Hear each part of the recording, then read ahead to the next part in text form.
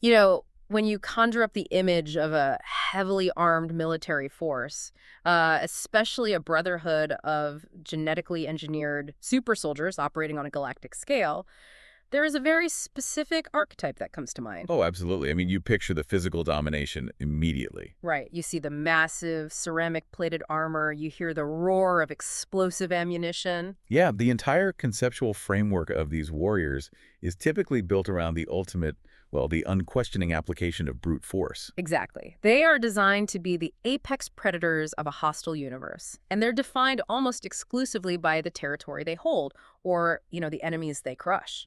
And their unwavering, dogmatic obedience to their commanders. It is the standard operating procedure for almost any military history you will ever read, whether it's fictional or historical. Yeah, you look at an army and you measure its worth by its kinetic output. Right, because the cultural identity of a warrior caste is usually forged in the fires of their conquests. The underlying assumption is that an elite soldier is basically a biological weapon. And weapons are not designed to ask questions. They are designed to fire when the trigger is pulled. Precisely. Curiosity, in that framework, is not just unnecessary. It is an active detriment to the chain of command. Which is exactly why I want you, the listener, to throw that entire archetype right out the window for this discussion. Yeah, we're going in a completely different direction today. Imagine that same framework, the genetic enhancements, the devastating weaponry, the absolute capacity for destruction, but strip away the unthinking obedience. It's a terrifying thought, honestly. It really is. Instead, picture an entire army whose defining characteristic, like the single most powerful driving force in their culture, is an insatiable, obsessive, and actively dangerous thirst for knowledge. They have the guns, sure, but they care far more about the archives. Right. And that fundamentally alters the calculus of how a military force operates. It does. When your primary objective shifts from territorial conquest to the acquisition of lost data, your tactics change. Your hierarchy changes. Even your internal psychology is rewired. Exactly. You stop acting like a standing army and start acting like a heavily armed, highly paranoid expeditionary force. So today, our mission on this deep dive is to explore one of the most enigmatic factions you could ever encounter. We are looking at the Blood Ravens. Yes, the Blood Ravens. They are a Space Marine chapter of the Imperium, but their entire identity is dictated not by their battle honors, but by the terrifying mysteries they are desperately trying to solve. And the most dangerous mystery of all is the mystery of their own existence. We have some incredibly dense and, frankly, revealing source material on the table today to help us navigate this. We do. We are examining excerpts from a really fascinating text titled The Blood Ravens, Scholars of the Shrouded Unfounding. And these sources detail a brotherhood that operates as a massive anomaly within their own universe. Yeah, they are built on a foundation of erased history. They traffic in forbidden lore. And they rely heavily on psychic mutations that other factions actively shun. The text paints a picture of a military organization that is constantly digging. They're constantly searching, even when they know the ground they are excavating is totally mined. Okay, let's unpack this. Because on a purely logistical level, a military force functioning as a cult of scholar soldiers is a massive contradiction. It's almost counterintuitive to how armies work. Right. I mean, armies require uniformity. They require a standardized doctrine. Yes, standard operating procedures are what keep a military functional. But here we have an elite strike force out in the galaxy, presumably fighting massive apocalyptic wars, yet they are approaching these war zones with the mindset of medieval monks. Or like rogue archivists. Exactly. They aren't just looking for the enemy general, they're looking for the enemy's library. Just think about the systemic implications of that. If an army prioritizes data retrieval over standard tactical objectives, their deployment patterns become totally unpredictable. They might abandon a strategically vital choke point just because a localized scan detected a cache of ancient data slates in a ruined cathedral 3 miles away. Right. Their allies cannot rely on them to fight a conventional war because the Blood Ravens are not fighting a conventional war. They are fighting an epistemological war. They are fighting for context in a universe that demands blind faith. And while you, listening to this, probably aren't an 8-foot-tall super soldier fighting alien horrors, the underlying psychological drive here is incredibly human. Oh, for sure. Think about the last time you learned a piece of a dark family secret. Something whispered at a reunion, something you were never supposed to know. That sudden, irrepressible urge to find out the truth. Exactly. Even when you know deep down that unearthing it is going to permanently alter how you view your parents, your history, your entire life. You can't unknow it, but you also just can't stop digging. That exact feeling, scaled up to an army carrying weapons of mass destruction, is the core drive of the Blood Ravens. Though we do need to establish that the stakes of their curiosity operate on a fundamentally different axis. Oh, definitely. For an individual uncovering a family secret, the fallout is emotional trauma or, fractured relationships. But for the Blood Ravens, pulling on the wrong historical thread doesn't just result in a crisis of faith. No, it can result in the physical and spiritual annihilation of their entire chapter. Their scholarship carries a lethal payload. But to understand why they are so willing to risk annihilation just to read a book, we have to look at the massive, gaping void that sits at the center of their culture. Yes, the historical void. You cannot understand their present without understanding the complete absence of their past. The source text introduces this deeply unsettling concept called the veiled founding. Now, in the context of Space Marines, lineage is the bedrock of reality. Your genetics are derived from a Primarch. A founding demigod who dictates your physical traits, your tactical preferences, and your cultural values. Right. A Primarch is the anchor. It provides the template for standard operations. If your genetic father was a siege master, your chapter excels at siege warfare and values stoicism. And if your genetic father was a nomadic hunter, your chapter embraces rapid assault and tribal shamanism. Exactly. The lineage provides the psychological blueprint that prevents these biologically engineered weapons from just losing their minds over the centuries. But the Blood Ravens have no blueprint. They do not know who their Primarch is. The text explicitly states their own official internal records only go back to the early 37th millennium. Everything before that is just gone, a total blank space. It's completely unprecedented. And here is where I want to push back on the premise of the source text for a second. The text uses this very specific, chilling phrase, the unfounding. Yes, the unfounding. It claims this history was deliberately and systematically erased. But I am struggling to buy the logistics of that. How so? Well, how does an entire army's history get intentionally deleted? Armies run on logistics. You have supply chains. You have quartermasters tracking every single bolt or shell. You have navigators and astropaths keeping detailed logs. Right. You don't just lose the foundational documents of a galactic military force. How does someone hit delete on an entire army without them knowing who did it or why? What's fascinating here is that you are applying a modern terrestrial understanding of logistics to the sheer crushing scale of the Imperium's bureaucracy. The administratum. Exactly. To understand the mechanism of an unfounding, you have to understand how information functions in this universe. Okay, lay it on me. Think of the unfounding less like someone shredding a birth certificate and more like galactic-scale shadow ban. Oh, wow. A shadow ban. Yeah. The Imperium spans 1 million worlds. Its bureaucracy is so vast that it routinely forgets entire planets exist for centuries at a time. So you're saying the system is just so bloated that erasure is easy? No, I'm saying the system is so complex that erasure can be weaponized. Oh. An unfounding doesn't require burning every physical piece of parchment in the galaxy. Yeah. It requires an entity with absolute terrifying institutional power like the Inquisition. Right, the Inquisition, they can do basically whatever they want. Exactly. They just have to fundamentally rewrite the algorithmic indexing of the Imperium. They don't have to destroy the physical supply chain logs. They just alter the index codes. Yes, so that any archival query regarding the Blood Raven's origins returns a dead link, like a 404 error. So the physical data might still exist in a subterranean vault on Terra, but it is functionally inaccessible. And anyone who tries to bypass the lockout gets flagged for execution. That paints a horrifying picture. It really does. It means someone, somewhere, made a highly calculated decision that the Blood Raven's origin was so dangerous or so compromised that the entire bureaucratic weight of a galactic empire was brought down to sever them from their own history. And this brings us to the anomaly that drives them to the absolute brink of madness. The secondary references? Yes. While their internal records hit a hard firewall at the 37th millennium, the Blood Ravens constantly find vague, secondary references to themselves in the older litanies of other imperial institutions. It's the ultimate gaslighting. It really is. You wake up with complete amnesia. Your personal files are wiped, your hard drives are magnetically scrambled, but then you walk down the street and find your signature on a dusty tax return from a corporation that went bankrupt 500 years ago. That's a perfect analogy. Hmm. You know you existed. Other people have circumstantial proof you existed. But your own direct understanding of that existence is just a void. The psychological weight of that cognitive dissonance cannot be overstated. When you are stripped of your historical narrative, you suffer from a sort of cultural phantom limb syndrome. You can feel the itch of a past that is no longer attached to you. Exactly. For the Blood Ravens, their identity is not shaped by the glorious campaigns they have won. It is fundamentally shaped by this absolute absence of information.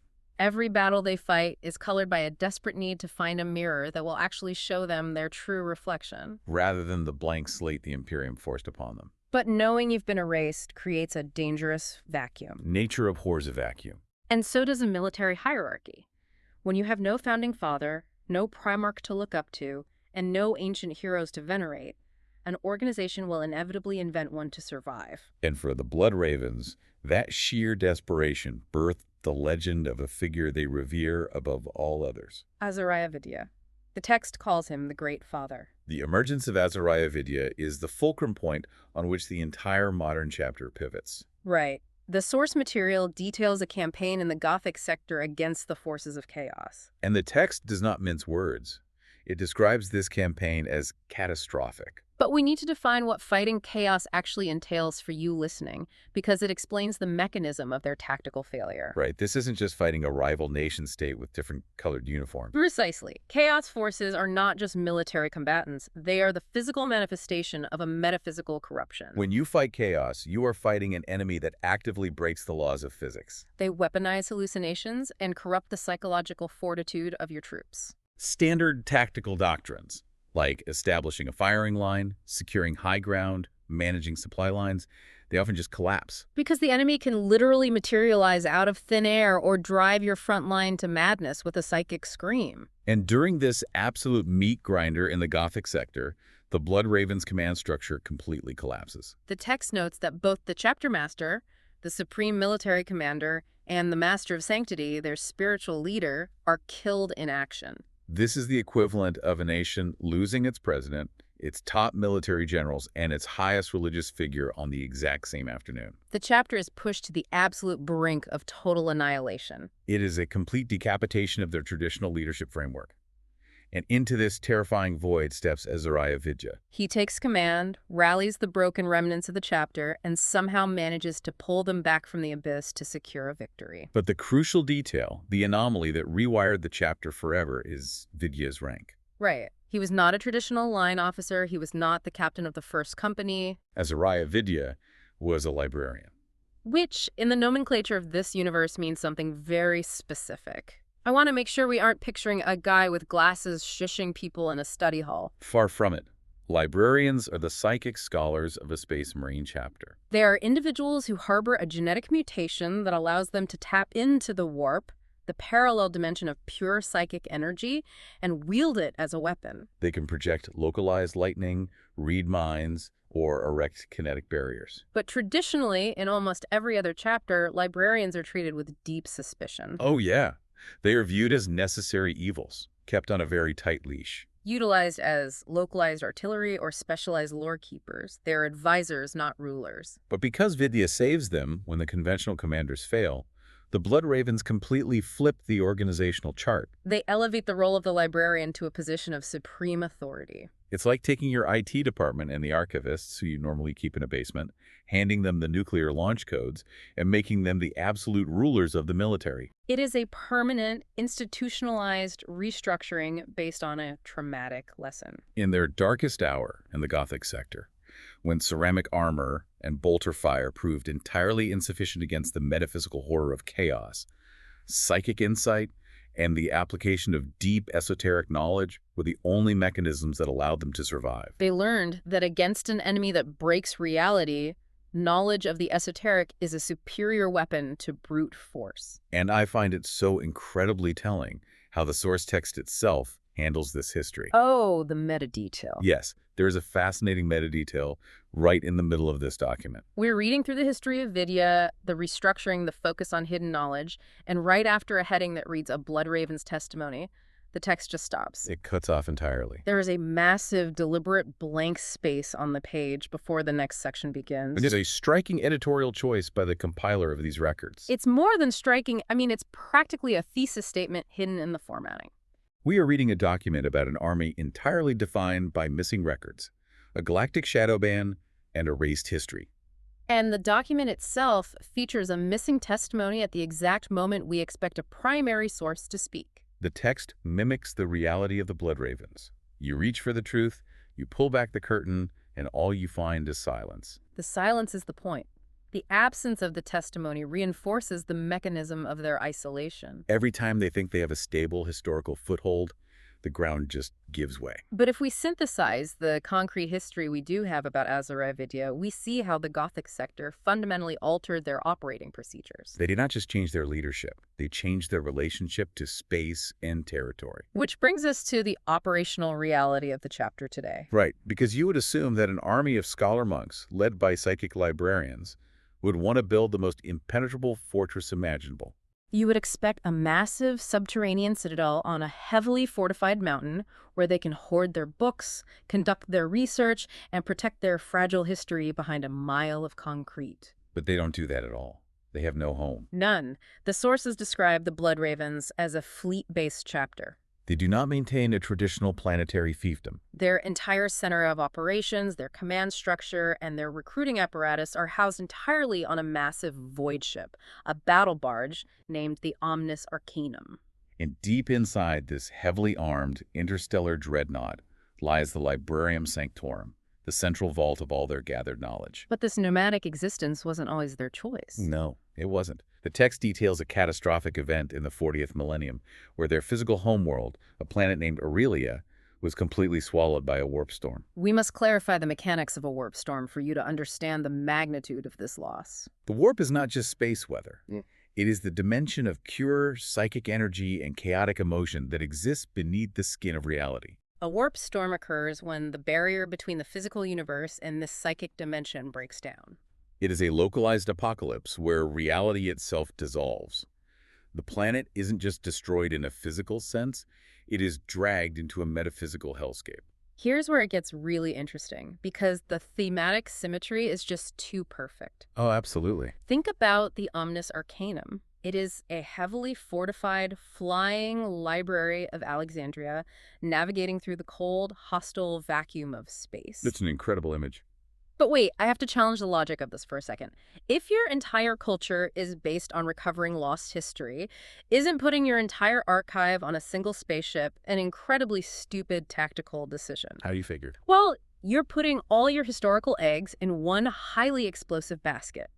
One lucky torpedo strike to the plasma drives, and your entire civilization is wiped out instantly.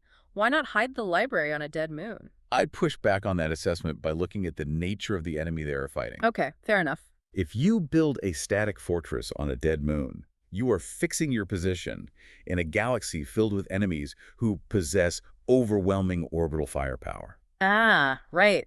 A static defense can be besieged, starved out, or cracked open by orbital bombardment. Exactly. A fleet-based existence, however, offers the ultimate defense, maneuverability. So it's security through obscurity. You can't hit a target you can't find. Exactly. But it goes deeper than tactical evasion. The loss of Aurelia to a warp storm perfectly mirrors the loss of their history to the Unfounding. Does it? I mean, are you saying the physical untethering of the chapter parallels their historical untethering? Yes. They are adrift in space without a physical anchor, just as they are adrift in time without a historical anchor. A ship without a harbor, a military without a history. And because of that profound displacement, the Librarium Sanctorum aboard the Omnis Arcanum ceases to be a mere repository of tactical manuals. It becomes the literal heart of their civilization. Since they have no planetary soil to defend, they have transferred all of that fierce biological territorial instinct into something abstract. They don't defend borders. They defend information. They guard their hard drives the way other armies guard their capital cities. Precisely. The grimoires, the data slates, the psychic echoes, these are their territory. And a fleet-based existence allows them to keep that territory mobile, constantly staying one step ahead of the bureaucratic purges of the Inquisition. Or the metaphysical storms of the warp. Right. But keeping the library mobile doesn't protect you from the books themselves. Which brings us to the dark, inevitable climax of the Blood Ravens methodology. When you have a military culture that is willing to study absolutely anything to find out who they are, when no text is taboo, you eventually uncover things that were hidden for a reason. The source material shifts here to their recent history, detailing a series of conflicts known as the Aurelian Crusades. The text portrays these campaigns as a crucible that pushed the Blood Ravens to the absolute edge of institutional collapse. And the language the author uses is highly specific. It refers to the Blood Ravens as scholars who delve into forbidden lore. It describes their psychers as men who walk the knife's edge of damnation. And then it delivers the killing blow. It explicitly states that because of these practices, they are a brotherhood that has repeatedly been betrayed from within. So what does this all mean? I really need to unpack the mechanics of this, because in our world, in almost every human context, we operate on the fundamental assumption that knowledge is power. Right. The side with the better intelligence wins the war. If you crack the Enigma code, you defeat the submarines. You read the terrain, you read the opponent, you optimize your strategy. But here, the text identifies their relentless pursuit of knowledge, not as their greatest weapon, but as their greatest vulnerability. How does scholarship lead to damnation? Why does reading a book make a super soldier betray his brothers? If we connect this to the bigger picture of how the Warhammer universe operates, we uncover the true epistemic horror of the Blood Ravens. Okay, break that down for me. You are applying a secular, passive understanding of information to a universe where information is biologically and spiritually active. So, in the Imperium, knowledge is not just inert data resting on a page. Exactly. When a librarian reads a forbidden grimoire detailing the true nature of the warp or the entities that reside within it, they are not just passively absorbing facts. What are they doing then? They are interfacing with a predatory dimension. The warp is entirely composed of sentient, hostile emotional energy. The ideas contained within forbidden lore act as metaphysical computer viruses. Yes. When a Blood Raven psyker conceptualizes a chaotic truth, that thought acts as a beacon, drawing the attention of entities that feed on obsession. The betrayal from within isn't a simple changed political allegiance. It is a fundamental corruption of the brain's architecture. The ideas themselves are toxic. So by trying to solve the mystery of their unfounding, by constantly shining a flashlight into the darkest, most heavily restricted corners of the galaxy, they are actively inviting the darkness inside their own minds. The internal betrayals they suffer are not happening despite their rigorous scholarship and intellectual discipline. The betrayals are happening as a direct mechanical result of it. The Imperium relies on dogma, blind faith, and ignorance, because ignorance is the only functional armor against a universe where knowing too much literally unravels your sanity. The Imperium burns books because the books bite back. Exactly. The Blood Ravens, however, refuse to accept that blind spot. They believe that if they just dig deep enough, they will find a structural truth that saves them. But their desperation to fill the void of the unfounding leads them to open vaults that were sealed for the survival of the species. The vulnerability isn't that their armor is weak. The vulnerability is that their curiosity is a highly efficient vector for spiritual infection. It creates a perfectly enclosed loop of tragedy. It really does. They are undeniably the galaxy's greatest scholars, compiling archives that rival the Inquisition itself. Yet they are structurally incapable of reading their own history. They deploy into war zones and save billions of Imperial citizens, acting as the saviors of humanity. Yet they are constantly facing internal purges and damnation precisely because of their highest virtue. Their curiosity is fatal. It is, and as you listen to this, it's hard not to see the Blood Ravens as a dark, exaggerated mirror to our own modern relationship with information. Oh, absolutely. We live in an era defined by absolute information overload. We have built our modern institutions on the foundational assumption that having more data, more transparency, and more access will inevitably allow us to solve any systemic problem. We believe that ignorance is the root of all failure. We think if we just run the analytics one more time, if we just uncover the hidden variables, we can fix the system. But the Blood Ravens prove that an institution's culture isn't solely built on its vast archives or its victories. It is heavily reliant on its necessary blind spots. When an organization weaponizes curiosity as a survival mechanism, it almost guarantees its own eventual destruction by inevitably discovering the very things it was structurally designed to ignore. Sometimes, The data is toxic. Sometimes knowing the exact structural flaw in the bridge you are standing on doesn't help you reinforce it. It just paralyzes you while the bridge collapses. It completely inverts the old adage. Knowledge isn't power. In this context, knowledge is a terminal diagnosis.